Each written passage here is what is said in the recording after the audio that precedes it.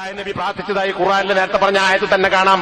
ഫജ്അൽ അഫ്ഇദത്തം മിനന്നാസി തഹ്വി ഇലൈഹിം, അവരിലേക്ക്, അതായത് ഹാജറിനും ഇസ്മായിലിനും ഇനി അവരിൽ നിന്നുണ്ടാകുന്ന സന്താനങ്ങളിലേക്കും അവരിലേക്ക് മനസ്സ് ചായുന്ന ജനങ്ങളിൽ നിന്നുള്ള ചില ഹൃദയങ്ങളെ നീ ഉണ്ടാക്കണമേ. നോക്കുക, ഇബ്രാഹിം നബി പ്രാർത്ഥനന്റെ ആശയം നോക്കൂ. കുറച്ച് മനുഷ്യന്മാരുണ്ടാക്കണമെന്നല്ല, അഫ്ഇദത്തം മിനന്നാസ്, മനുഷ്യരിൽ നിന്നുള്ള ചില ഹൃദയങ്ങളെ അല്ലാഹുവേ നീ ഉണ്ടാക്കണമേ. ഏത് ഹൃദയം? ഉറവ് പൊട്ടാത്ത, കരയാത്ത, അലിവില്ലാത്ത, കരിമ്പാറയേക്കാൾ കടുത്ത എന്ന് ഖുർആൻ പറഞ്ഞ ഹൃദയമല്ല, മറിച്ച് തഹ്വി ഇലൈഹിം, ഞാൻ ഈ പാറക്കെട്ടിൽ പാർപ്പിച്ചു പോകുന്ന ഹാജറിനും കുട്ടിയായ ഇസ്മായിലിനും അവരിലുണ്ടാകുന്ന സന്താനങ്ങളോടും ഹവയുള്ള, അവരെ ഇഷ്ടപ്പെടുന്ന, താൽപര്യപ്പെടുന്ന മനുഷ്യരിൽ നിന്നുള്ള ഏതാനും ഹൃദയങ്ങളെ നീ ഉണ്ടാക്കണമേ എന്നാണ് ഇബ്രാഹിം നബി പ്രാർത്ഥിച്ചത്. ആ പ്രാർത്ഥന അല്ലാഹു സ്വീകരിച്ചു. ഈ പ്രാർത്ഥന നടത്തിക്കൊണ്ടാണ് ഇബ്രാഹിം നബി സ്വല്ലല്ലാഹു അലൈഹി വസല്ലം തിരിച്ചു പോകുന്നത്. ആ പ്രാർത്ഥനയുടെ ഫലമായി മക്കയിലേക്ക് അവിടെ സംസമുണ്ടായി. ആരുമില്ലാത്ത നാട്ടിൽ കച്ചവടക്കാരായ ആളുകൾ അതുവഴി വരാൻ തുടങ്ങി. അവിടെ ആളുകൾ പാർക്കാൻ തുടങ്ങി. അങ്ങനെ ജനവാസം വർദ്ധിച്ചു, കുടുംബങ്ങളുണ്ടായി, ഗോത്രങ്ങളുണ്ടായി. ഇന്ന് നാം കാണുന്ന മക്കയിലെ ജനനിബിഡമായ നഗരങ്ങളായി അത് മാറി. അൽഹംദുലില്ലാഹ് نحمده ونستعينه ونستغفره ونعوذ بالله من شرور أنفسنا ومن سيئات أعمالنا من يهده الله فلا مضل له ومن يضلل فلا هادي له وأشهد أن لا إله إلا الله وحده لا شريك له وأشهد أن محمدا عبده ورسوله يا أيها الذين آمنوا اتقوا الله حق تقاته ولا تموتن إلا وأنتم مسلمون أما بعد فإن خير الحديث كتاب الله وخير الهدي هدي محمد صلى الله عليه وسلم وشر الأمور محدثاتها وكل محدثة بدعة وكل بدعة ضلالة وكل ضلالة في النار. സഹോദരന്മാരെ, സത്യവിശ്വാസികളെ, ഇബ്രാഹിം നബി ലോകാവസാനം വരെ സ്മരിക്കപ്പെടാനും പിൻപറ്റപ്പെടാനുമുള്ള ഒരാളായി മാറിയത് എന്തുകൊണ്ട് എന്നുള്ളത് അദ്ദേഹത്തെ സംബന്ധിച്ച ഖുർആനിലും ഹദീസിലുമുള്ള ചരിത്ര പാഠങ്ങളിൽ നിന്ന് വ്യക്തമാകുന്ന വിഷയമാണ്. അള്ളാഹുവിൽ അങ്ങേയറ്റത്തെ പ്രതീക്ഷയും തന്റെ ജീവിതത്തിലെ എല്ലാ മേഖലകളിലും അള്ളാഹുവിൽ തവക്കുലാക്കുക, ഭരമേൽപ്പിക്കുക എന്നതും വളരെ പ്രധാനപ്പെട്ട അദ്ദേഹത്തിന്റെ രണ്ട് സവിശേഷതകളായിരുന്നു എന്ന് ഖുർആനിൽ നിന്നും ഹദീസിൽ നിന്നും മനസ്സിലാക്കാം. ബൈബിളിലും അതുപോലെ ഖുർആൻ വ്യാഖ്യാതാക്കളുമൊക്കെ പറയുന്നത് പോലെ ഇബ്രാഹിം നബി അലൈഹി സ്വലാത്തു വസ്സലാം ദീർഘകാലം മക്കളില്ലാതെ മുന്നോട്ടു പോവുകയും വളരെയധികം പ്രായമെത്തി ഇത്തരം ഗ്രന്ഥങ്ങളിൽ വിശദീകരിക്കപ്പെടുന്നത് പോലെ, ഇത് ഖുർആനിലോ ഹദീസിലോ പറഞ്ഞതല്ല ഈ പ്രായത്തിന്റെ കണക്ക്. ഇബ്രാഹിം നബിക്ക് ഏകദേശം 86 വയസ്സും അതുപോലെ തന്നെ അദ്ദേഹത്തിന്റെ അടിമസ്ത്രീയായ ഹാജറും അവിടെ ഇബ്രാഹിം നബി സ്വല്ലല്ലാഹു അലൈഹി വസല്ലം നടത്തിയ പ്രാർത്ഥന നമുക്ക് കാണാം. മക്കളില്ലാത്ത ഘട്ടത്തിൽ റബ്ബി ഹബ്ലി മിനസ് സ്വാലിഹീൻ, സ്വാലിഹീങ്ങളിൽപ്പെട്ട മക്കളെ ഞങ്ങൾക്കിനി നൽകണമേ. വെറും കുട്ടിയുണ്ടാകണം എന്നല്ല, കുട്ടികൾ നന്നായി തീരണമെന്നത് രക്ഷിതാക്കളുടെ അങ്ങേയറ്റത്തെ ആഗ്രഹമാണ്. അപ്പൊ പ്രാർത്ഥന തന്നെ ഒരു കുട്ടിയെ തരണമെന്നല്ല, റബ്ബി ഹബ്ലി മിനസ് സ്വാലിഹീൻ, സ്വാലിഹീങ്ങളിൽപ്പെട്ട മക്കളെ റബ്ബെ എനിക്ക് നീ നൽകണമേ. തൊട്ടുടനെ തന്നെ 101-ാമത്തെ വചനത്തിൽ കാണാം, ഫബശ്ശർനാഹു ബിഗുലാമിൻ ഹലീം, സഹനശീലനായ ഒരു കുട്ടിയെ സംബന്ധിച്ച് ഇബ്രാഹിം നബിക്ക് അല്ലാഹു സുബ്ഹാനഹു വ തആല സന്തോഷ വാർത്ത അറിയിച്ചു. സൂറത്തു ദാരിയാത്തിൽ ബിഗുലാമിൻ അലീം എന്നാണ്, വിവരമുള്ള ഒരു കുട്ടിയെ നൽകാമെന്ന് അല്ലാഹു സന്തോഷ വാർത്ത അറിയിച്ചു എന്നതാണ് ഇസ്ഹാഖ് നബി അലൈഹി സ്വലാമിനെ സംബന്ധിച്ച് പറയുന്നത്. അപ്പൊ രണ്ട് മക്കളെക്കുറിച്ചും രണ്ട് തരത്തിലുള്ള പ്രതിപാദനങ്ങൾ ഖുർആൻ നടത്തിയതായി കാണാം. ഇതൊക്കെ ഇബ്രാഹിം നബി അലൈഹി സ്വലാത്തു വസ്സലാമിന്റെ പ്രാർത്ഥനയുടെ ഫലമായി ഉണ്ടായതാണ്. ഇസ്മായിലിന് പുറമെ ഇസ്ഹാഖ് ഇബ്രാഹിം നബിയുടെ മകനായി ജനിച്ചു. അത് ഇസ്മായിൽ നബിക്കു ശേഷമാണ് എന്നാണ് ഖുർആനിൽ നിന്ന് മനസ്സിലാക്കാൻ സാധിക്കുന്നത്. ആ ഘട്ടത്തിൽ ഇബ്രാഹിം നബി 89 വയസ്സുകൂടി കൂടി ചരിത്രകാരന്മാരും അതുപോലെ തന്നെ മറ്റ് വേറെക്കാരുമൊക്കെ പറയുന്നത് പോലെ ഏകദേശം 99 വയസ്സ് ഇബ്രാഹിം നബിക്കും ഭാര്യ സാറയ്ക്ക് 90 വയസ്സും ഉള്ളപ്പോഴാണ് അള്ളാഹുവിന്റെ മലക്കുകൾ ലൂത്ത് നബിയുടെ ജനതയെ നശിപ്പിക്കാൻ വേണ്ടി, ആ ഉത്തരവാദിത്തത്തിന് വേണ്ടി പോകുന്ന മലക്കുകൾ ഇബ്രാഹിം നബി സ്വല്ലല്ലാഹു അലൈഹി വസല്ലമിന്റെ വീട്ടിൽ ചെല്ലുന്നു. വീട്ടിൽ ചെന്ന് ഞങ്ങൾ അള്ളാഹുവിന്റെ പക്കൽ നിന്ന് സന്തോഷവാർത്ത അറിയിക്കാൻ വേണ്ടി വന്നവരാണ് എന്ന നിലക്ക് സംസാരിക്കുന്നു. ആ സന്തോഷവാർത്ത കുട്ടിയുണ്ടാകാൻ പോകുന്നു എന്നതാണ്. എന്താണ് കുട്ടി? അത് ഇസ്ഹാഖും ഇസ്ഹാഖിന് ശേഷം യാക്കൂബുമാണ്. 71-ാമത്തെ വചനത്തിൽ ആ കാര്യം നമുക്ക് കാണാം. അപ്പോ ഇബ്രാഹിം നബി സ്വലാത്തു വസ്സലാം ഇത്രയും പ്രായമെത്തിയ ഘട്ടത്തിലും ഇനി എനിക്ക് എങ്ങനെ കുട്ടിയുണ്ടാകാൻ എന്ന നിരാശയല്ല ഇബ്രാഹിം നബിക്കുണ്ടായത്. മറിച്ച് പ്രതീക്ഷയോടുകൂടി അള്ളാഹു ഉദ്ദേശിച്ചാൽ അവന്റെ വിധിക്ക് അപ്പുറത്തൊരു കാര്യവുമില്ല എന്ന് പ്രതീക്ഷിച്ചുകൊണ്ട് തന്നെ അള്ളാഹുവിന്റെ വിധിയുണ്ടെങ്കിൽ എനിക്ക് കുട്ടിയുണ്ടാകും എന്ന പ്രതീക്ഷയോടുകൂടി തന്നെയാണ് ഇബ്രാഹിം നബി സ്വലാത്തു വസ്സലാം പ്രാർത്ഥിക്കുന്നത്. ആ പ്രാർത്ഥന അള്ളാഹു സ്വീകരിക്കുകയും 2 സന്താനങ്ങളെ നൽകുകയും ചെയ്യുന്നു. സന്തോഷവാർത്ത അറിയിക്കാനായി വീട്ടിൽ വന്നപ്പോൾ ഭാര്യ സാറ വീടിനകത്ത് നിന്ന് ഈ വാർത്ത കേട്ട് ആശ്ചര്യം പ്രകടിപ്പിച്ചുകൊണ്ട് വന്നത് ഖുർആനിൽ നമുക്ക് കാണാം.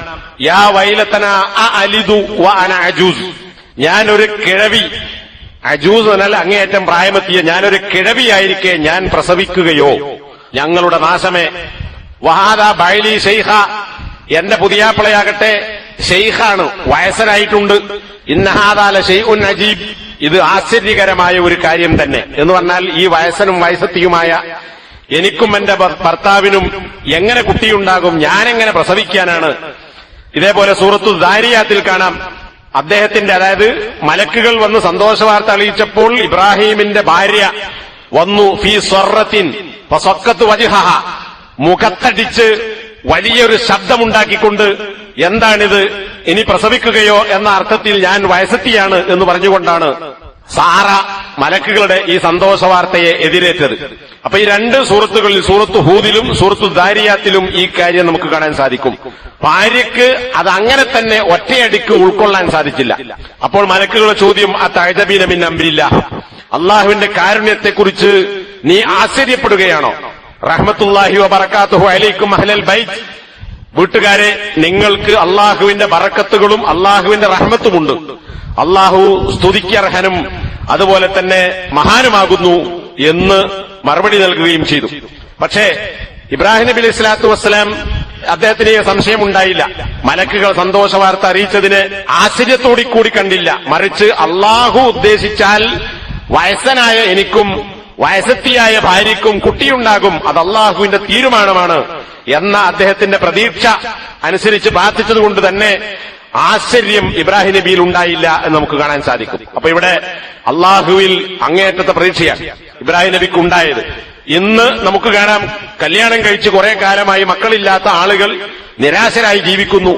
അള്ളാഹുവിലേക്ക് പോകുന്നതിന് പകരം അള്ളാഹു അല്ലാത്ത സർവ നേർച്ച വഴിപാടിന്റെ കേന്ദ്രങ്ങളിലും സർവ്വ ശിർക്കിന്റെ കേന്ദ്രങ്ങളിലും അഭയം തേടുകയും അവിടെയൊക്കെ സമർപ്പിച്ചുകൊണ്ട് കുട്ടികൾ ഉണ്ടാകാൻ വേണ്ടി പ്രാർത്ഥിക്കുകയും പ്രവർത്തിക്കുകയും ഒക്കെ ചെയ്യുന്നു. മുസ്ലിം പേരുള്ള ഒരാൾ തുലാഭാരം നടത്തിയത് മുമ്പ് കേരളത്തിൽ നമ്മൾ കേട്ട കാര്യമാണ്. അങ്ങനെയൊക്കെ കിട്ടുമെന്ന് പഠിപ്പിക്കപ്പെടുകയും അത് ആളുകൾ അത്തരം ശിർക്കിലേക്ക് പോവുകയും ചെയ്യുന്നു. എന്നാൽ അതല്ല ഇബ്രാഹിം നബിയിൽ നമ്മൾ മനസ്സിലാക്കേണ്ടത്. മറിച്ച് ഏത് പ്രായത്തിലും അള്ളാഹു ഉദ്ദേശിച്ചാൽ സന്താനങ്ങൾ ഉണ്ടാകാം, അവൻ ഉദ്ദേശിച്ചത് സംഭവിക്കും. ആ ഒരു പ്രതീക്ഷയോടുകൂടി പ്രാർത്ഥിക്കാൻ സാധിക്കണം എന്നതാണ് വിശ്വാസികൾക്ക് ഇതിൽ നിന്ന് ഗുണപാഠമായി മനസ്സിലാക്കേണ്ടത്. അള്ളാഹുവിന്റെ കൽപ്പനയനുസരിച്ച് തനിക്ക് ജനിച്ച ഇസ്മായിൽ എന്ന കുട്ടിയെയും ആ കുട്ടിയുടെ ഉമ്മയായ ഹാജറിനെയും മക്കയിലെ ഒന്നുമില്ലാത്ത സ്ഥലത്ത് കൊണ്ടുപോയി പാർപ്പിച്ചു. അവിടെ പാറക്കെട്ടിൽ മരങ്ങളോ ചെടികളോ കൃഷികളോ ഉണ്ടാക്കാൻ ഇബ്രാഹിം നബി അള്ളാഹുവിനോട് പ്രാർത്ഥിച്ചില്ല. കാരണം അത് സാധാരണഗതിയിൽ അറിയപ്പെട്ട അല്ലെങ്കിൽ സാധ്യമായ ഒരു കാര്യമല്ല. വെള്ളമില്ലാത്ത മണ്ണില്ലാത്ത പാറക്കെട്ടിൽ ചെടി മുളക്കുകയോ ഉണ്ടാവുകയോ ചെയ്യുക എന്ന് പറയുന്നത്. എന്നാൽ സാധ്യമായ കാര്യം പ്രതീക്ഷയോടുകൂടി അവരെ പാർപ്പിച്ച് തിരിച്ചു പോരുമ്പോൾ ഇബ്രാഹിം നബി സ്വല്ലല്ലാഹു വസ്സലാം നടത്തി. അതെന്താ? വർസുഖ് അഹ്ലഹു മിനസ് സമറാത്ത് മൻ ആമന മിൻഹും ബില്ലാഹി വൽ യൗമിൽ ആഖിർ. ഈ നാട്ടുകാരിൽ നിന്ന് അള്ളാഹുവിൽ വിശ്വസിക്കുകയും പരലോകത്തിൽ വിശ്വസിക്കുകയും ചെയ്യുന്ന ആളുകൾക്ക് അള്ളാഹുവെ നീ സമറാത്തുകൾ പഴവർഗ്ഗങ്ങൾ നൽകണമേ. ആ നാട്ടിൽ ഒരു മരങ്ങളില്ല, ചില മരങ്ങളുണ്ട്, പക്ഷേ കായ്കനികൾ ഉണ്ടാകുന്ന ഫലവൃക്ഷങ്ങളില്ല, വെള്ളമില്ല. അങ്ങനെയുള്ള ഒരു നാട്ടിൽ എങ്ങനെ ചെടിയുണ്ടാകും, എങ്ങനെ കായ ഉണ്ടാകും? പക്ഷേ അള്ളാഹു ഉദ്ദേശിച്ചാൽ വരുത്താൻ സാധിക്കും. ആ പ്രതീക്ഷയോടെയാണ് അള്ളാഹുവെ ഇവർക്കിനി പഴവർഗ്ഗങ്ങൾ ഭക്ഷണമായി നൽകണമേ എന്ന് പ്രാർത്ഥിക്കുന്നത്. ആ പ്രാർത്ഥന അള്ളാഹു സ്വീകരിക്കുന്നു. അവർക്ക് വെള്ളം ലഭിക്കുന്നു, ഭക്ഷണങ്ങൾ ലഭിക്കുന്നു, മാംസം ലഭിക്കുന്നു, എല്ലാം അവർക്ക് അവിടെ ഉണ്ടായി. ഇന്നും ആ പ്രാർത്ഥനയുടെ ഫലത്തിന്റെ ബറക്കത്ത് നമുക്ക് ആ നാട്ടിൽ മക്കയിൽ കാണാൻ സാധിക്കും. അതേപോലെ മക്കളെല്ലാം നന്നാകണമെന്നില്ല. ഖുർആൻ തന്നെ അത് പറഞ്ഞിട്ടുണ്ട്.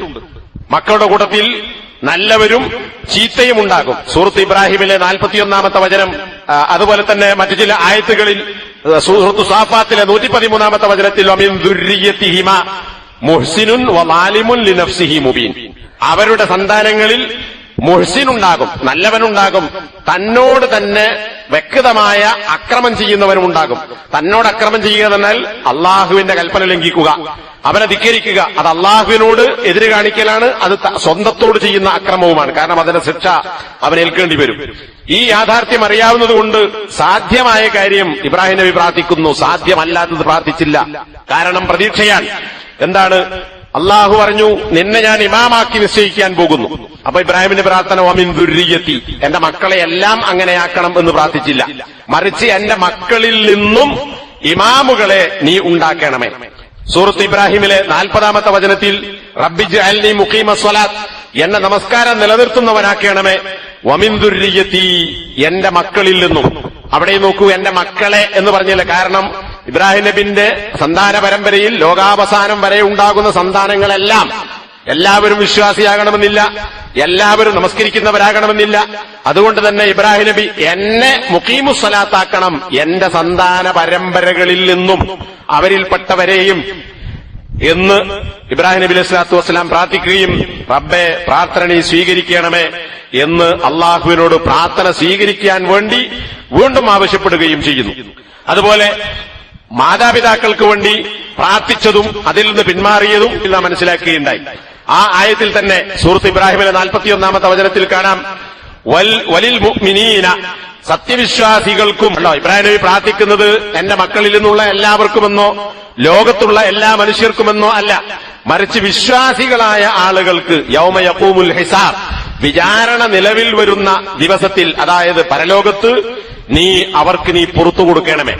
അവിടെയും സാധ്യമായതിൽ പ്രതീക്ഷിക്കുകയും അത് അള്ളാഹുവിനോട് ചോദിക്കുകയും പ്രാർത്ഥിക്കുകയും ചെയ്യുന്നു. വിശ്വാസികൾക്ക് വേണ്ടി പുറത്തു കൊടുക്കാൻ ഇബ്രാഹിം നബി അലൈഹി സ്വലാത്തു വസ്സലാം പ്രാർത്ഥന നടത്തി. ഇങ്ങനെയൊക്കെ ഒരുപാട് മേഖലകളിൽ അള്ളാഹുവിനെ ഓർക്കുകയും അവനിൽ പ്രതീക്ഷയർപ്പിക്കുകയും സാധ്യമായ അള്ളാഹുവിന്റെ നടപടിക്രമങ്ങൾക്ക് എതിരാകാത്ത, അവന്റെ ഖലാഖദറിന് എതിരാകാത്ത, അക്രമമല്ലാത്ത കാര്യങ്ങൾ അള്ളാഹുവിൽ പ്രതീക്ഷയർപ്പിച്ചുകൊണ്ട് പ്രാർത്ഥിച്ചതായിട്ടാണ് ഈ സംഭവങ്ങളൊക്കെ നമ്മെ പഠിപ്പിക്കുന്നത്. പ്രാർത്ഥന സ്വീകരിച്ചു, മുകളിൽ പറഞ്ഞതുപോലെ കാര്യങ്ങളൊക്കെ സാധ്യമായി, അള്ളാഹു ഉത്തരം നൽകി. അപ്പോൾ അള്ളാഹുവിന് നന്ദി കാണിക്കുന്നത്, സ്തുതിക്കുന്നത് സൂറത്ത് ഇബ്രാഹിമിലെ തന്നെ വചനങ്ങളിൽ നമുക്ക് കാണാൻ സാധിക്കും. അൽഹംദുലില്ലാഹില്ലദീ വഹബലി അലൽ കിബരി ഇസ്മാഈല വ ഇസ്ഹാഖ ഇന്ന റബ്ബി ലസമീഉദ് ദുആ. നമ്മൾ പ്രാർത്ഥിക്കും, ഉത്തരം കിട്ടാതിരിക്കാം. കിട്ടിയാൽ അള്ളാഹുവിനെ കുറിച്ച് നല്ലത് വിചാരിക്കും, കിട്ടിയില്ലെങ്കിലോ പിന്നെ അള്ളാഹുവിനെ കുറിച്ച് തെറ്റായ വിചാരങ്ങൾ ഉണ്ടാകും. പക്ഷെ ഇബ്രാഹിം നബി അങ്ങനെയല്ല. അള്ളാഹുവിന് സ്തുതി. ഏതല്ലാഹുവിനാണ് സ്തുതി? അല്ലദീ വഹബലി അലൽ കിബരി ഇസ്മാഈല വ ഇസ്ഹാഖ, പ്രായാധിക്യത്തിലും എനിക്ക് ഇസ്മായിലിനെയും ഇസ്ഹാഖിനെയും നൽകിയവനായ അള്ളാഹുവിനിതാ ഞാൻ സ്തുതിക്കുന്നു. അപ്പൊ നോക്കൂ, സാധാരണഗതിയിൽ പ്രകൃതിയിൽ കാണുന്ന സാഹചര്യങ്ങളനുസരിച്ച് കുട്ടിയുണ്ടാകാൻ സാധ്യതയില്ലാത്ത അവസ്ഥയിലെത്തിയിരിക്കെ ഇബ്രാഹീമിനും ഭാര്യയ്ക്കും അള്ളാഹു സന്താനത്തെ നൽകി. അതാണ് അലൽ കിബർ, പ്രായാധിക്യമെത്തിയതോടുകൂടി തന്നെ സന്താനത്തെ നൽകിയ അള്ളാഹുവിനെ ഞാൻ സ്തുതിക്കുന്നു. ഇന്ന റബ്ബി ലസമീഉദ് ദുആ, തീർച്ചയായും എന്റെ റബ്ബ് പ്രാർത്ഥന കേൾക്കുന്നവൻ തന്നെയാകുന്നു. അതൊരു പ്രതീക്ഷയാണ്, നമുക്കൊക്കെ ഉണ്ടാകേണ്ട പ്രതീക്ഷ. ഇബ്രാഹിം നബി പ്രാർത്ഥിച്ചത് എന്തുകൊണ്ടാ? അള്ളാഹിനോട് പറഞ്ഞിട്ട് കാര്യമില്ല, അള്ളാഹു അങ്ങനെ പ്രാർത്ഥന ഒന്നും സ്വീകരിക്കൂല, എല്ലാത്തിനും ഉത്തരം കിട്ടിക്കൊള്ളുന്നില്ല, എല്ലാത്തിനും ഉത്തരം കിട്ടുമെന്നുള്ളത് ഉറപ്പില്ല. അള്ളാഹു ഉദ്ദേശിച്ചാൽ ഉത്തരം തരും, അല്ലെങ്കിൽ അതുകൊണ്ട് വേറെ ചില ഗുണങ്ങൾ ഉണ്ടാകുമെന്ന് ഹദീസിൽ നബി സ്വല്ലല്ലാഹു അലൈഹി വസല്ലം പഠിപ്പിച്ചിട്ടുണ്ട്. ചിലപ്പോൾ ആപത്ത് ചോദിച്ചത് കിട്ടിയില്ല, പക്ഷെ ആപത്ത് തടുക്കപ്പെട്ടേക്കാം. ഇനി കിട്ടിയാലും കിട്ടിയില്ലെങ്കിലും പ്രാർത്ഥന ഇബാദത്താണ്, അതിനുള്ള കൂലി പരലോകത്ത് കിട്ടും. അപ്പൊ മൂന്നാൽ ഒരു കാര്യമുണ്ടാകും. പക്ഷെ ഇബ്രാഹിം നബി പ്രാർത്ഥനയ്ക്ക് ഉത്തരം ചെയ്യും എന്ന ഉറപ്പോടുകൂടി തന്നെയാണ്. കിട്ടുമോ കിട്ടൂല എന്ന സംശയത്തോടു കൂടിയല്ല, അള്ളാഹിനെ സംബന്ധിച്ച് തെറ്റായ വിചാരത്തോടു കൂടിയല്ല, മറിച്ച് ഇന്ന റബ്ബീ ലസമീഉദ് ദുആ, തീർച്ചയായും എന്റെ റബ്ബ് പ്രാർത്ഥന കേൾക്കുന്നവൻ, അത് കേട്ട് ഉത്തരം ചെയ്യുന്നവൻ തന്നെയാകുന്നു എന്ന പ്രതീക്ഷയോടുകൂടിയാണ് അള്ളാഹുവിനോട് ഇബ്രാഹിം നബി പ്രാർത്ഥിച്ചത്. ഇതേപോലെ അദ്ദേഹത്തിന്റെ ജീവിതം പരിശോധിച്ചാൽ ഈ പ്രതീക്ഷയ്ക്കനുസരിച്ച് താൻ ചെയ്യേണ്ട കാര്യങ്ങൾ ചെയ്യുകയും ബാക്കി കാര്യങ്ങൾ അള്ളാഹുവിൽ അർപ്പിച്ചുകൊണ്ട് തവക്കുലാക്കുകയും ചെയ്യുക എന്നത് അദ്ദേഹത്തിന്റെ ജീവിതത്തിലെ ഒരുപാട് മേഖലകളിൽ നമുക്ക് കാണാൻ സാധിക്കും. സൂറത്ത് ശുആറ 78 മുതൽ 82 വരെയുള്ള ആയത്തുകളിൽ ആരാണ് തന്റെ റബ്ബ് എന്ന് ഇബ്രാഹിം നബി പരിചയപ്പെടുത്തുന്നു. അല്ലദീ ഖലഖനി ഫഹുവ യഹ്ദീൻ, എന്റെ റബ്ബ് എന്നെ സൃഷ്ടിച്ചവനും എനിക്ക് വഴി കാണിക്കുന്നവനുമാകുന്നു. വഴി കാണിക്കാന്നാൽ ദുനിയാവിൽ എങ്ങനെ ജീവിക്കണം, ആഖിറത്തിൽ ഖൈർ കിട്ടാൻ, സ്വർഗം കിട്ടാൻ ഏത് വഴിയിലൂടെ പോകണം, എല്ലാ നിലക്കുള്ള ഹിദായത്തും. അതാണ് ഫഹുവ യഹ്ദീൻ, എനിക്ക് വഴി കാണിക്കുന്നവനാകുന്നു അവൻ. വല്ലദീ ഹുവ യുത്ഇമുനി വയസ്ഖീൻ, എന്നെ സൃഷ്ടിച്ച് വെറുതെ വിടുകയല്ല, എനിക്ക് ഭക്ഷണം നൽകുന്നവനും എനിക്ക് വെള്ളം നൽകുന്നവനും അല്ലെങ്കിൽ എന്നെ കുടിപ്പിക്കുന്നവനും അവനാകുന്നു. വൈദാ മരിൽതു ഫഹുവ യശ്ഫീൻ, ഞാൻ രോഗമായാൽ എന്റെ രോഗത്തിന് ശമനം നൽകുന്നവൻ അല്ലാഹുവാകുന്നു. നോക്കൂ, ഒരു മനുഷ്യന്റെ ജീവിതത്തിലുള്ള അത്യാവശ്യ കാര്യങ്ങൾ, ഭക്ഷണം, വെള്ളം, അതുപോലെ തന്നെ മാർഗദർശനം, പിന്നെ രോഗം വന്നാൽ ശമനം, ഇതൊക്കെ ആരിലാണ്? അല്ലാഹുവിലാണ് ഇബ്രാഹിം നബി സ്വല്ലല്ലാഹു അലൈഹി വസല്ലം പ്രതീക്ഷയർപ്പിച്ചത്. അങ്ങനെയാണ് ഇബ്രാഹിം നബി പരിചയപ്പെടുത്തിയത്. വല്ലദീ യുമീതുനി സുമ്മ യുഹീൻ, അതുപോലെ തന്നെ എന്നെ മരിപ്പിക്കുന്നവനും പിന്നെ ജീവിപ്പിക്കുന്നവനും അവൻ തന്നെയാണ്. വല്ലദീ അത്മഉ അൻ യഗ്ഫിറ ലീ ഖതീഅതി യൗമദ്ദീൻ, പ്രതിഫലം നൽകപ്പെടുന്ന നാളിൽ എന്റെ പാപങ്ങൾ പുറത്തു തരുമെന്ന് ഞാൻ ആരെക്കുറിച്ച് പ്രതീക്ഷിക്കുന്നുവോ അതും ആ അല്ലാഹുവാകുന്നു. ഏതെങ്കിലും അല്ലാഹു അല്ലാത്ത ആളുകളോട് ദുആ ചെയ്ത് ഞങ്ങളെ അല്ലാഹുവിലേക്ക് അടുപ്പിക്കണമേ എന്ന് പ്രാർത്ഥിക്കുകയോ അങ്ങനെ ആ ആളുകൾ പരലോകത്ത് ശുപാർശക്കാരായി വരുമെന്നോ ഉള്ള പ്രതീക്ഷയല്ല ഇബ്രാഹിം നബിക്കുള്ളത്. മറിച്ച് എന്റെ പാപങ്ങൾ എന്നെ സൃഷ്ടിച്ചവനായ അല്ലാഹു എനിക്ക് പുറത്തു തരും, അങ്ങനെ എനിക്ക് സ്വർഗത്തിലെത്താൻ സാധിക്കും എന്ന പ്രതീക്ഷ. ആ പ്രതീക്ഷക്കനുസരിച്ച് തന്റെ ജീവിതത്തിൽ എല്ലാ മേഖലകളിലും ഇബ്രാഹിം നബി സ്വല്ലല്ലാഹു അലൈഹി വസല്ലം അള്ളാഹുവിന്റെ കൽപ്പനകൾ റബ്ബാണ് കൽപ്പിക്കുന്നത് എന്ന ബോധ്യത്തോടുകൂടി അത് നടപ്പിലാക്കാൻ ഇബ്രാഹിം നബി സ്വല്ലല്ലാഹു അലൈഹി വസല്ലം തയ്യാറായി എന്നതാണ് അദ്ദേഹത്തിന്റെ ജീവിതത്തിലെ തവക്കുലിന്റെ ഭാഗമായി നമുക്ക് കാണാൻ സാധിക്കുന്നത്. ഇബ്രാഹിമി മില്ലത്തിന്റെ മൂന്നാമത്തെ സവിശേഷതയായി നാം മനസ്സിലാക്കി ശിർക്കിൽ നിന്നും ശിർക്കിന്റെ ആളുകളിൽ നിന്നുമുള്ള മുക്തിയാണ്. സൂറത്തുൽ മുംതഹിന 4-ാമത്തെ വചനത്തിന്റെ അവസാനത്തിൽ ഞാനിതാ നിങ്ങളെയൊക്കെ ഒഴിവാക്കുന്നു, നിങ്ങളും ഞാനുമായി യാതൊരു ബന്ധവുമില്ല എന്ന് പ്രഖ്യാപിച്ചതിനു ശേഷം റബ്ബനാ അലൈക തവക്കൽനാ, റബ്ബേ നിന്നിൽ ഇതാ ഞാൻ പരമേൽപ്പിച്ചിരിക്കുന്നു. അപ്പോ സാധാരണഗതിയിൽ ആളുകൾ എന്താ മനസ്സിലാക്കുക? നാട്ടുകാരുണ്ടാകണം, കുടുംബക്കാരുണ്ടാകണം, ബന്ധുക്കൾ ഉണ്ടാകണം, പാർട്ടിക്കാരുണ്ടാകണം, നാട്ടുകാരുണ്ടാകണം, ഭരണകൂടത്തിന്റെ സപ്പോർട്ട് കിട്ടണം. ഇതൊന്നും കിട്ടിയില്ലെങ്കിൽ നാട്ടിൽ പ്രവർത്തിക്കാൻ സാധിക്കുകയില്ല, പിന്തുണക്കുന്ന ആളുകൾ ഉണ്ടാവുകയില്ല, നമ്മുടെ പ്രവർത്തനം വിജയം കാണുകയില്ല. അനുകൂലിക്കുന്ന ആളുകൾ ഉണ്ടായില്ലെങ്കിൽ, എതിരാളികൾ ഉണ്ടായാൽ നമ്മൾ പരാജയപ്പെടും. അതുകൊണ്ട് ചില നീക്കുപോക്കുകളാകാം, അല്ലെങ്കിൽ ചില മയപ്പെടുത്തലുകളാകാം, അല്ലെങ്കിൽ ചില സോപ്പിടലുകളാകാം, അല്ലെങ്കിൽ ചില പാലം കെട്ടലാകാം. ഇങ്ങനെയൊക്കെ വിചാരിക്കുന്നവരാണ് വിശ്വാസികളിൽ തന്നെ പലരും. അതുകൊണ്ട് തന്നെ ആരെയും പണക്കാതെ, കണിശമായ നിലപാട് സ്വീകരിക്കാതെ ആദർശത്തിൽ വെള്ളം തീർത്ത് ജീവിക്കാനാണ് പലരും ശ്രമിക്കുന്നത്. പക്ഷെ ഇവിടെ ഇബ്രാഹിം നബിയുടെ പ്രഖ്യാപനം ഈ നാട്ടുകാരെയും ബാപ്പയെയും കുടുംബത്തെയും ഒക്കെ വിട്ടുപോകുമ്പോൾ റബ്ബേ നിന്നിൽ ഞാൻ ഭരമേൽപ്പിച്ചിരിക്കുന്നു. ആരുമില്ല, നാട്ടിൽ ഒരുത്തന്റെയും സപ്പോർട്ടില്ല. പക്ഷേ നിന്റെ കൽപ്പനയനുസരിച്ചാണ് ഞാൻ ഈ കുടുംബത്തെയും നാട്ടുകാരെയും ഒക്കെ വിട്ടുപോകുന്നത്. എനിക്കുള്ള ആ ഏക ആയുധം നിന്നിലുള്ള തവക്കുലാണ്. ഞാൻ നീ പറഞ്ഞ കാര്യങ്ങളൊക്കെ ചെയ്തിരിക്കുന്നു, ബാക്കി കാര്യങ്ങൾ എന്റെ കഴിവിൽപ്പെടാത്തത് നിന്നിൽ ഞാൻ ഏൽപ്പിച്ചിരിക്കുന്നു. വ ഇലൈക അനബ്ന, അല്ലാഹുവേ നിന്നിലേക്ക് നമ്മളിതാ ഖേദിച്ചു മടങ്ങിയിരിക്കുന്നു. വ ഇലൈക്കൽ മസീർ, ഇനി മരണത്തിന് ശേഷം നിന്നിലേക്ക് തന്നെയാണ് മടക്കം. അതുകൊണ്ട് നിന്നിലേക്ക് മടങ്ങുകയല്ലാതെ എനിക്ക് വഴിയില്ല. കാരണം മരിച്ചാലും നിന്നിലേക്കാണ് മടങ്ങാനുള്ളത്. അതുകൊണ്ട് ഞാനിതാ എന്റെ കാര്യങ്ങളെല്ലാം നിന്നെ ഏൽപ്പിച്ച് നീ പ്രഖ്യാപിക്കാൻ പറഞ്ഞ പ്രഖ്യാപനങ്ങൾ നാട്ടുകാരോടും കുടുംബത്തോടും നടത്തി ഞാനിതാ ഇവരിൽ നിന്നൊക്കെ ബന്ധവിച്ഛേദനം നടത്തിപ്പോകുന്നു. നോക്കൂ എത്ര വലിയ തവക്കുലാണ് ഇബ്രാഹിം നബി സ്വല്ലല്ലാഹു അലൈഹി വസല്ലമിന്റെ ഈ അവസാനത്തെ വരിയിലുള്ളത്. ലോകത്താര് അനുകൂലിച്ചാലും ശരി അള്ളാഹു വിധിക്കാത്ത ഒരു കാര്യം നേടാൻ കഴിയുകയില്ലെന്നും, ലോകത്താരെല്ലാം ഒരുമിച്ച് കൂടിയാലും ഒരു ഉപദ്രവവും വരുത്താൻ അള്ളാഹു വിചാരിച്ചാലല്ലാതെ സാധിക്കുകയില്ലെന്നും ഉള്ള വിശ്വാസം ഇബ്രാഹിം നബിയിൽ നിന്ന് നമുക്ക് മനസ്സിലാക്കാൻ സാധിക്കും. അങ്ങനെ വിശ്വാസമുണ്ടെങ്കിൽ ഒരു നീക്കുപോക്കിനും തയ്യാറാകേണ്ടതില്ല, ഒരു മായം ചേർക്കലിനും വെള്ളം ചേർക്കലിനും തയ്യാറാകേണ്ടതില്ല, സോപ്പിടുന്ന നിലപാടുകൾക്ക് അതിന്റെ പിന്നാലെ പോകേണ്ടതില്ല, ആളുകളുടെ തൃപ്തി തേടി അള്ളാഹുവിന്റെ കോപം സമ്പാദിക്കേണ്ട അവസ്ഥയുണ്ടാവുകയില്ല. അതേപോലെ മൂന്നാമതായി, രാജ്യത്തെ ഭരണാധികാരി നമ്രൂദുമായി ഇബ്രാഹിം നബി അലൈഹി സ്വലാത്തു വസ്സലാം തൗഹീദിന്റെ കാര്യത്തിൽ ഖണ്ഡന പ്രസംഗങ്ങൾ നടത്തി, ചർച്ചകൾ നടത്തി, വാദങ്ങളും പ്രതിവാദങ്ങളും നടന്നു. അവസാനമായി രക്ഷയില്ല, രാജ്യത്ത് ജീവിക്കാൻ സാധിക്കുകയില്ല എന്ന രാജാവിന്റെ ധിക്കാരം കണ്ടപ്പോൾ ഇബ്രാഹിം നബി അലൈഹി സ്വലാത്തു വസ്സലാം പറഞ്ഞത് സൂറത്തു സ്വാഫാത്തിലെ 99-ാമത്തെ വചനത്തിൽ കാണാം, ഇന്നി ദാഹിബുൻ ഇലാ റബ്ബി സയഹ്ദീൻ. കണ്ടോ, കുടുംബം പോയി, നാട്ടുകാര് പോയി, ആരുമില്ല, പിന്നെയുള്ളത് ഭരണകൂടമാണ്. രാജാവും കൈവിട്ടു. രാജാവാണെങ്കിൽ ആ രാജ്യത്തെ കിബിറിന്റെ, അഹങ്കാരത്തിന്റെ, ഭൗതികമായ പ്രൗഢിയുടെ, അധികാരത്തിന്റെ ഏറ്റവും ഉന്നതിയിൽ, ഭൗതികമായ ഉന്നതിയിൽ നിലകൊള്ളുന്ന രാജാവാണ്. ആ രാജാവിന്റെ തിട്ടൂരത്തിന്റെ മുന്നിൽ ആദർശം പണയം വെക്കാൻ ഇബ്രാഹിം നബി തയ്യാറായില്ല. മറിച്ച് ഞാൻ പോകുന്നു. എങ്ങോട്ടാ പോകുന്നത്? എവിടേക്ക് പോകുമെന്നറിയില്ല. അതുകൊണ്ടാണ് ഇന്നി ദാഹിബുൻ ഇലാ റബ്ബി, ഞാൻ എന്റെ റബ്ബിലേക്ക് പോകുന്നു. അള്ളാന്റെ അടുക്കലേക്ക് മേലോട്ട് കയറി പോവുകയാണോ? അല്ല. അല്ലെങ്കിൽ മരിച്ച് കബറിലേക്ക് പോവുകയാണോ? അല്ല. എന്റെ റബ്ബ് എങ്ങോട്ട് പോകാൻ പറയുന്നുവോ ആ നാട്ടിലേക്ക് തൗഹീദി പ്രബോധനത്തിന് വേണ്ടി ഞാൻ പോകും. ഞാൻ എന്റെ പ്രബോധനം അവസാനിപ്പിക്കുകയില്ല. എന്റെ വിശ്വാസവും ആദർശവും ഞാൻ പണയം വെക്കുകയില്ല. എന്റെ വഴി ആര് കാണിച്ചു തരും? സയഹ്ദീൻ. ഞാൻ എന്ത് ചെയ്യണം? ഞാൻ എങ്ങോട്ട് പോകണം? എന്റെ മാർഗദർശനം എന്റെ റബ്ബ് എനിക്ക് തരും. അതുകൊണ്ട് ഞാൻ എന്റെ റബ്ബിലേക്ക് ഇതാ പോകുന്നു. അതാണ് നാട്ടിൽ നിന്ന് ഫ്രം ടു, എങ്ങോട്ടെന്നറിയില്ല. ആ എങ്ങോട്ടാ? അത് അള്ളാഹു വഴി കാണിക്കുന്നിടത്തേക്ക്. ഇതാണ് തവക്കുലിന്റെ കാതൽ എന്ന് പറയുന്നത്.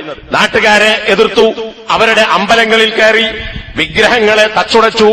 ഈ കാര്യങ്ങളൊക്കെ ഖുർആൻ പലയിടങ്ങളിൽ പ്രഖ്യാപിച്ചിട്ടുണ്ട്. നാട്ടുകാർ അദ്ദേഹത്തെ ചുട്ടുകരിക്കാൻ തീരുമാനിച്ചു.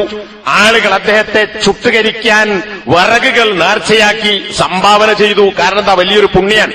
നമ്മുടെ മതത്തെ എതിർക്കുന്ന, നമ്മുടെ ആരാധ്യ വസ്തുക്കളെ എതിർക്കുന്ന, നമ്മുടെ വിശ്വാസത്തെ തകർക്കാൻ ശ്രമിക്കുന്ന ഇബ്രാഹിം എന്ന ചെറുപ്പക്കാരനെ ചുട്ടുകരിക്കുക എന്ന പുണ്യം നേടാൻ വിറക് സംഭാവന കൊടുത്ത് നേർച്ചയാക്കി വലിയ തീക്കുണ്ടമുണ്ടാക്കി അതിലേക്ക് എറിയപ്പെടാൻ പോകുന്നു. പക്ഷേ ഇബ്രാഹിം നബി പതറിയില്ല. തീയിലേക്ക് വീണാൽ കരിഞ്ഞു പോകും. അതാണ് ഭൗതിക നിയമത്തിന്റെ അവസ്ഥ. തീയിൽ വീണത് കരിയാതിരിക്കുകയില്ല, മരിക്കാതിരിക്കുകയില്ല, കത്താതിരിക്കുകയില്ല. പക്ഷേ ഇബ്രാഹിം യാതൊരു മാനസികമായ സങ്കോചവുമില്ലാതെ, വിശ്വാസപരമായ യാതൊരു പതറലുമില്ലാതെ ആ തീക്കുണ്ടത്തിലേക്ക് എറിയപ്പെടാൻ തയ്യാറായി നിൽക്കുന്നു. അവരെപ്പോൾ എറിയുന്നുവോ അപ്പോൾ വീഴാനുള്ളത് തീയാണ്. പക്ഷേ ബുഖാരി ഉദ്ധരിച്ച ഹദീസിൽ 4564 ഇബ്നു അബ്ബാസ് റളിയല്ലാഹു അൻഹു പറയുന്നത് കാണാം, കാന ആഖിറ ഖൗലി ഇബ്രാഹിമ ഹീന ഉൽഖിയ ഫിന്നാർ. ഇബ്രാഹിം നബി അലൈഹി സ്വലാത്തു വസ്സലാമിന്റെ അവസാനത്തെ വാക്ക് അതെന്താണ്? ഹസ്ബിയല്ലാഹ്, എനിക്കല്ലാഹു മതി, വനിഅമൽ വക്കീൽ, ഭരമേൽപ്പിക്കാൻ ഏറ്റവും നല്ലവൻ അവനത്രേ. അപ്പൊ കാര്യങ്ങൾ ഏൽപ്പിക്കാൻ അള്ളാഹുവിനേക്കാൾ വലിയൊരു വക്കീലില്ല. അതുകൊണ്ട് എന്റെ കാര്യമിതാ, ഞാൻ തീയിലേക്ക് എറിയപ്പെടുകയാണ്. എന്റെ കാര്യം ഈ ഏറ്റവും ഉന്നതനായ വക്കീലായ, ഭരമേൽപ്പിക്കപ്പെടാൻ പറ്റുന്ന അള്ളാഹുവിലേൽപ്പിക്കുന്നു. ഹസ്ബി അല്ലാഹ്. നാട്ടുകാരില്ല, കുടുംബക്കാരില്ല, ഭരണത്തിന്റെ ആനുകൂല്യങ്ങളോ സഹായങ്ങളോ ഇല്ല. എല്ലാവരും എതിര്, ഇബ്രാഹിം മാത്രം ഒറ്റക്ക്. പക്ഷേ ഹസ്ബി അല്ലാഹ്, എനിക്ക് അള്ളാഹു മതി, രാജ്യം തന്നെ എന്നെ എതിർത്താലും ശരി. നോക്കൂ എത്ര വലിയ തവക്കുലാണത്. ആ തവക്കുൽ അള്ളാഹു സ്വീകരിച്ചു, അത് യാഥാർത്ഥ്യമാക്കി. എറിയാൻ വേണ്ടി കത്തിച്ച വലിയ തീഗോളത്തിലേക്ക്, ആ തീഗോളത്തോട് അള്ളാഹു പറഞ്ഞു, യാനാറു കൂനി ബർദൻ വസലാമൻ അലാ ഇബ്രാഹിം, തീയെ നീ ഇബ്രാഹിമിന് തണുപ്പും രക്ഷയുമാകുക. കണ്ടോ, ചൂടുള്ള തീയെ അള്ളാഹു തണുപ്പാക്കി മാറ്റി. നശിപ്പിക്കുക എന്ന പ്രവണതയുള്ള, അള്ളാഹു നൽകിയ സ്വഭാവമുള്ള ആ തീയിന്റെ നശിപ്പിക്കുക എന്ന സ്വഭാവത്തെ അള്ളാഹു എടുത്തു കളഞ്ഞു. എന്നിട്ട് പറഞ്ഞു, സലാമൻ, നാശം എന്നത് മാറി, തീയെ നീ രക്ഷയാകണം. കണ്ടോ, ആ തീ ചൂടല്ല, തണുപ്പാണ് ഇബ്രാഹിം നബിക്ക് കൊടുത്തത്. നാശമല്ല, മറിച്ച് രക്ഷയാണ് കൊടുത്തത്. എന്തുകൊണ്ട്? ആരും സഹായിക്കാനില്ലാത്ത ഈ ഘട്ടത്തിൽ എന്നെ സഹായിക്കാൻ എന്നെ സൃഷ്ടിച്ചവനായ അള്ളാഹു ഉണ്ട്. അതുകൊണ്ട് അവനിൽ ഞാൻ ഏൽപ്പിക്കുന്നു എന്റെ കാര്യങ്ങൾ. ഈ തവക്കുൽ അള്ളാഹു നിറവേറ്റി. ഖുർആനിലെ ഒരുപാട് സ്ഥലങ്ങളിൽ അള്ളാഹുവിൽ തവക്കുലാക്കുന്ന ആളുകൾക്ക് അവൻ ചെയ്തു കൊടുക്കുന്ന സഹായങ്ങളും സഹായങ്ങളെക്കുറിച്ചും അത് പ്രവാചകന്മാർക്ക് ലഭിച്ചതും നിരവധി സ്ഥലങ്ങളിൽ നമുക്ക് കാണാൻ സാധിക്കും. ഞാനത് വിശദീകരിക്കുന്നില്ല. അതേപോലെ നേരത്തെ പറഞ്ഞ ഇസ്മായിൽ ജനിച്ചു, ഒരുപാട് പ്രായമെത്തിയപ്പോൾ ആ കുട്ടിയെ മക്കയിൽ കൊണ്ടുപോയി പാർപ്പിക്കാൻ അള്ളാഹു കൽപ്പിക്കുന്നു. മക്ക എന്ന് പറയുന്നത് ഖുർആൻ തന്നെ പറഞ്ഞു, അവിടെ ബിവാദിൻ ഗൈരി ദീ സർഇൻ ഇൻദ ബൈതിക്കൽ മുഹറം, നിന്റെ പവിത്രമായ ഭവനം, അതായത് കഅബാലയത്തിന്റെ അടുത്ത് കൃഷിയില്ലാത്ത ഒരു താഴ്വരയിൽ ഉണ്ടാവും. ഒരു കൃഷിയില്ല, പഴം പറിച്ചു തിന്നാനില്ല, കൊയ്തെടുത്ത് തിന്നാനില്ല, കയറി പറിക്കാനില്ല, ഒരു സാധനമില്ലാത്ത ചെടികൾ കൃഷിയില്ലാത്ത ഒരു നാട്ടിലാണ് കൊണ്ടുപോയി പാർപ്പിക്കാൻ അല്ലാഹു കൽപ്പിക്കുന്നത്. മക്കയിൽ പോയി കണ്ട ആളുകൾക്കറിയാം, എവിടെ നോക്കിയാലും ഉയർന്നു നിൽക്കുന്ന മലനിരകൾ, നൂറുകണക്കിന് മലകളും കുന്നുകളും. ആ പാറക്കെട്ടുകൾക്കിടയിലാണ് ഇബ്രാഹിം നബി ഈ ഹാജറിനെയും മകൻ ഇസ്മായിലിനെയും കൊണ്ടുപോയി പാർപ്പിക്കുന്നത്. എന്തുകൊണ്ട് അവിടെ കൊണ്ടുപോയി പാർപ്പിക്കാൻ സാധിച്ചു? അള്ളാഹുവിൽ പ്രതീക്ഷയുണ്ട്, അവന്റെ കൽപ്പനയാണ്. അതുകൊണ്ട് അള്ളാഹുവിൽ ഭരമേൽപ്പിക്കുന്നു. അങ്ങനെ ആ പ്രതീക്ഷയോടുകൂടി, അതുകൊണ്ട് തന്നെയാണ് ഇബ്രാഹിം നബി നേരത്തെ പറഞ്ഞതുപോലെ ആ പാറക്കെട്ടിൽ പഴവർഗ്ഗങ്ങൾ നൽകാൻ ഇബ്രാഹിം നബി സ്വല്ലല്ലാഹു അലൈഹി വസല്ലമിനെ പ്രാർത്ഥിക്കാൻ സാധിച്ചത്.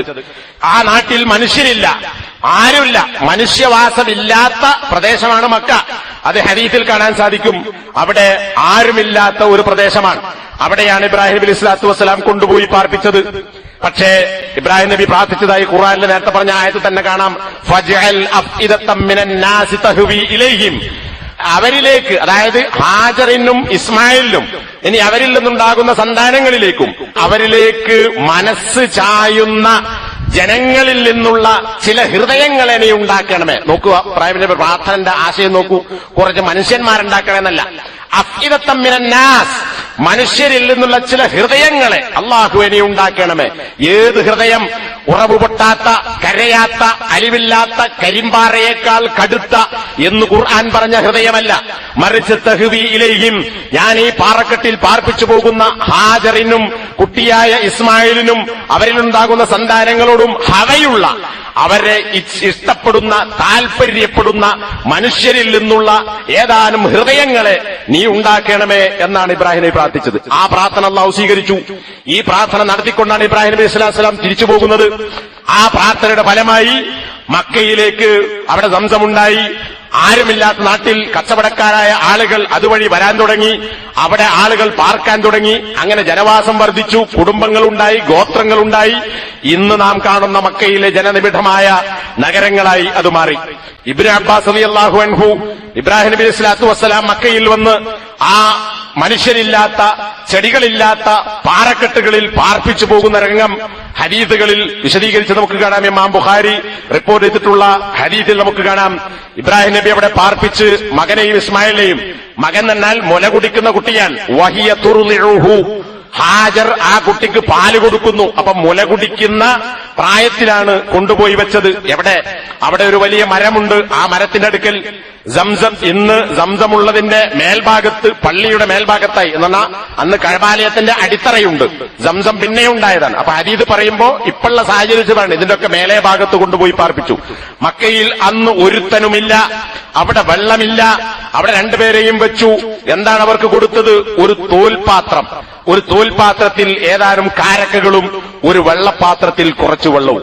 ഈ കാര്യങ്ങൾ കൊടുത്ത് ബാപ്പ ഇബ്രാഹിം തിരിച്ചു നടക്കുകയാണ്. തുമ്മ ഖഫാ ഇബ്രാഹിം മുൻതലിഖ, പിന്നെ ഇബ്രാഹിം തിരിഞ്ഞ് അതിവേഗത്തിൽ പോകുന്നു. പോകുമ്പോൾ പിന്നാലെ ഹാജർ ചെന്നു. ഒരുപാട് ഹദീസുകളിൽ കാണാം, ഇബ്രാഹിം നബിയെ പിന്നാലെ ഹാജർ പിന്തുടർന്നു. എന്നിട്ട് യാ ഇബ്രാഹിം, അല്ലയോ ഇബ്രാഹിമേ, നമ്മളിന്നിപ്പോ നാട്ടിൽ പെണ്ണുങ്ങളൊക്കെ പുതിയാപ്പിളാരെ ഓറ്, അല്ലെ ഇവന്റെ വാപ്പ, ഇതിന്റെ വാപ്പ, അതിന്റെ വാപ്പ എന്നൊക്കെയാണ് പുതിയാപ്പിളാരെ പരിചയപ്പെടുത്തുക. ഹാജർ ഇബ്രാഹിമിനെ വിളിക്കുന്നത് യാ ഇബ്രാഹിം, അല്ലയോ ഇബ്രാഹിം, ഐന തദ്ഹബ്, നീ എങ്ങോട്ടാണ് ഈ പോകുന്നത്? വതത്റുകുനാ ബിഹാദൽ വാദി, ഈ താഴ്വരയിൽ ഞങ്ങളെ വിട്ടേച്ചു പോവുകയാണോ? ഏത് താഴ്വര? മനുഷ്യരില്ലാത്ത, ഒന്നുമില്ലാത്ത, വലാശയൂൻ, ഒരു സാധനമില്ലാത്ത ഈ നാട്ടിൽ ഞങ്ങളെ വിട്ടേച്ചു പോവുകയാണോ? ഒരു ചോദ്യത്തിൽ അവസാനിപ്പിച്ചില്ല, മിറാറൻ, പലതവണ പിന്നാലെ കൂടി ഹാജർ ഈ ചോദ്യം ചോദിച്ചുകൊണ്ടിരിക്കുന്നു. വജഅല ലാ യൽതഫിതു ഇലൈഹ, ഇബ്രാഹിം നബി ഈ ചോദ്യം കേട്ടിട്ട് ഹാജറിലേക്ക് തിരിഞ്ഞു നോക്കുന്നില്ല. തിരിഞ്ഞു നോക്കാതെ ഇബ്രാഹിം നടത്തം തുടർന്നുകൊണ്ടേയിരിക്കുന്നു. അവസാനം ഹാജർ ചോദിച്ചു, അല്ലാഹുല്ലദീ അമറക ബിഹാദാ, ഈ പണി ചെയ്യാൻ നിന്നോട് കൽപ്പിച്ചത് അല്ലാഹുവാണോ? ഏത് പണി? ഇതൊരു ഭ്രാന്തന്റെ പണിയാണ്, ബുദ്ധിയുള്ള മനുഷ്യൻ ചെയ്യുകയില്ല അങ്ങനെ ചിന്തിച്ചാൽ. കാരണം എന്താ? വെള്ളമില്ലാത്ത, ഒരു മനുഷ്യനുമില്ലാത്ത, പാറക്കെട്ടുകൾ നിറഞ്ഞു നിൽക്കുന്ന, പഴങ്ങളോ മറ്റ് കൃഷികളോ ഇല്ലാത്ത ഒരു സ്ഥലത്ത് കുറച്ച് കാരക്കച്ചുളയും ഏതാനും വെള്ളവും തന്നു പോകുന്നത് ഇപ്പണി ചെയ്യാൻ അല്ലാഹു അമറക ബിഹാദാ, അല്ലാഹുവാണോ ഇബ്രാഹിമെ എന്നോട് കൽപ്പിച്ചത്? ഈ ചോദ്യം കേട്ടപ്പോൾ ഇബ്രാഹിം നബി മറുപടി നൽകി. അതുവരെ മിണ്ടാത്ത ഇബ്രാഹിം ശബ്ദിച്ചു, ഖാല നഅം, അതെ, അല്ലാഹുവാണ് കൽപ്പിച്ചത്. ഉടനെ ഹാജറിന്റെ മറുപടി, ഇദൻ ലാ യുളയ്യിഉനാ, എങ്കിൽ ആ അല്ലാഹു ഞങ്ങളെ പാഴാക്കുകയില്ല. ഏതൊരല്ലാഹു പറഞ്ഞിട്ടാണോ ഞങ്ങളെ ഈ പാറക്കെട്ടിൽ നിർത്തിപ്പോകാൻ പറഞ്ഞത്, ആ അല്ലാഹു ഞങ്ങളെ കൈയൊഴിക്കുകയില്ല. കണ്ടോ, ഇബ്രാഹീമിന് പറ്റിയ തവക്കുലുള്ള പെണ്ണാണ്. അല്ലാഹു കൽപ്പിച്ചതാണെന്ന് പറഞ്ഞപ്പോൾ ഏത് അള്ളാഹ് ഇങ്ങനെ ഈ പാറക്കെട്ട് ഞങ്ങൾ എങ്ങനെ ജീവിക്കും? അള്ളുണ്ട്, സംഗതി ശരിയാണ്, അള്ള തന്നേക്കാം, പക്ഷെ എപ്പോഴൊന്നുമില്ലല്ലോ. ഇബ്രാഹിമെ ഞങ്ങൾക്കൂടെ നിൽക്കാൻ പറ്റൂല എന്ന് പറഞ്ഞില്ല. ഇബ്രാഹിം നബിയുടെ അതേ തവക്കുൽ ഹാജറിന്റെ വാചകത്തിൽ നമുക്ക് കാണാം, എങ്കിൽ അവൻ ഞങ്ങളെ പാഴാക്കുകയില്ല. അള്ളാഹു എന്ന മറുപടി കേട്ടതോടുകൂടി തന്നെ ഈ വാക്കും പറഞ്ഞ് ഹാജർ തിരിച്ചു നടന്നു. എങ്ങോട്ട്? അവിടെ ഉള്ള മകൻ നേരത്തെ പാർപ്പിച്ച സ്ഥലത്തേക്ക്. ഇവിടെ കുട്ടിയെ എടുത്തിട്ടുണ്ടോ അല്ലേ എന്ന് പറയുന്നില്ല, കുട്ടിയെ എടുത്തിട്ടുണ്ടാകാം, കാരണം മുലയൂട്ടുന്ന കുട്ടിയാണ്. അല്പം ദൂരെ നടന്നു. ഇന്ന് സംസം വെള്ളമൊക്കെ പാക്ക് ചെയ്യുന്ന കുദായ് എന്നറിയപ്പെടുന്ന കദാ എന്ന് പറയുന്ന കുന്നിന്റെ അടുത്താണ് ഈ സംഭവം ഉണ്ടായത് എന്ന് വേറെ ചില റിപ്പോർട്ടുകളിൽ നമുക്ക് കാണാൻ സാധിക്കും. ഇമാം ബുഖാരിയുടെ റിപ്പോർട്ട് ചെയ്ത ഹദീസ് കാണാം, കദാ എന്ന് പറയുന്ന സ്ഥലത്തെത്തി. അവിടെ കദായാണെന്ന് കുദായ് എന്നറിയപ്പെടുന്നത്. ഹാജർ ഇബ്രാഹിമിനെ വിളിച്ചു, അല്ലയോ ഇബ്രാഹിമെ, ഇലാ മൻ തത്രുക്കുന. ഇവിടെ വേറൊരു വാചകാണ്, ആരിലേക്കാണ് ഞങ്ങളെ വിട്ടേച്ചു പോകുന്നത്? അപ്പോ ഇബ്രാഹിമിന്റെ മറുപടി, ഇലല്ലാഹ്. രണ്ട് ചോദ്യം ഉണ്ടായിട്ടുണ്ടാവും, ആര് പറഞ്ഞിട്ടാണ് പോകുന്നത്, ആരെയാണ് ഞങ്ങളെ നീ ഏൽപ്പിച്ചു പോകുന്നത്? ഇബ്രാഹിമിന്റെ മറുപടി, അള്ള പറഞ്ഞിട്ടാണ്. ആരെ ഏൽപ്പിച്ചാണ്? അള്ളാഹുവിനെ ഏൽപ്പിച്ചാൽ. അപ്പൊ ഹാജറിന്റെ മറുപടി, റളീതു ബില്ലാഹ്, എങ്കിൽ ആ അള്ളാഹുവിനെ ഞാൻ തൃപ്തിപ്പെട്ടിരിക്കുന്നു, എനിക്കത് മതി, ഞാൻ അവിടെ നിന്നോളാം. ഈ കുട്ടിയും ആ മറുപടിയും പറഞ്ഞ് ഹാജർ തിരിച്ചു നടന്നു. ഈ ഘട്ടത്തിലാണ്, അവിടെ വെച്ചാണ് ഇബ്രാഹിം നബി പ്രാർത്ഥിച്ചത് എന്ന് ഈ ഹദീസിൽ നമുക്ക് കാണാം. ഇതാ എന്റെ സന്താനങ്ങളിൽപ്പെട്ട ചിലരെ ഞാൻ ഈ കൃഷികളില്ലാത്ത സ്ഥലത്ത് നിർത്തിയിരിക്കുന്നു, അള്ളാഹുവെ അവർക്ക് നീ റിസ്ക് കൊടുക്കണം, ഹൃദയങ്ങൾ ഉണ്ടാക്കണം എന്നൊക്കെ പ്രാർത്ഥിച്ചത് സൂറത്ത് ഇബ്രാഹിമിലെ 37-ാമത്തെ വചനം. അപ്പൊ നോക്കൂ, ജീവിതത്തിൽ ഈ പറയുന്ന ഘട്ടങ്ങളിലെല്ലാം ഇബ്രാഹിം നബി അലൈഹി സ്വലാത്തു വസ്സലാമിന്റെ ആ തവക്കുലിന്റെ ശക്തിയാണ് അദ്ദേഹത്തിന്റെ ജീവിത വിജയത്തിന്റെ അടിസ്ഥാനമായി നമുക്ക് കാണാൻ സാധിക്കുന്നത്. പ്രതീക്ഷയും തവക്കുലും.